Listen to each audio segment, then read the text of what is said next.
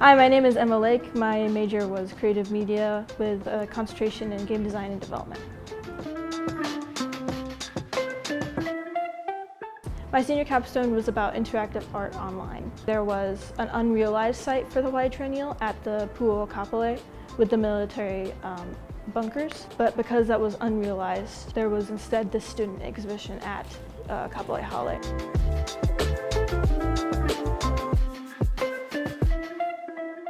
I was the exhibit fellow, so I helped them realize the Imagine Futures student exhibit. So it was a student exhibit from students around West Oahu who were given the task of using the past to imagine the future. I initially had a bigger meeting with all the education partners over Zoom. I asked them, how they were on their exhibits. We talked about installation and all that.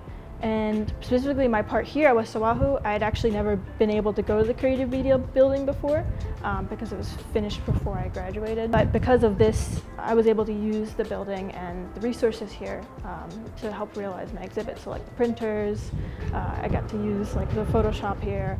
And everyone was super nice and super helpful. Like I helped laminating and cutting and all that. So yeah, it was super great.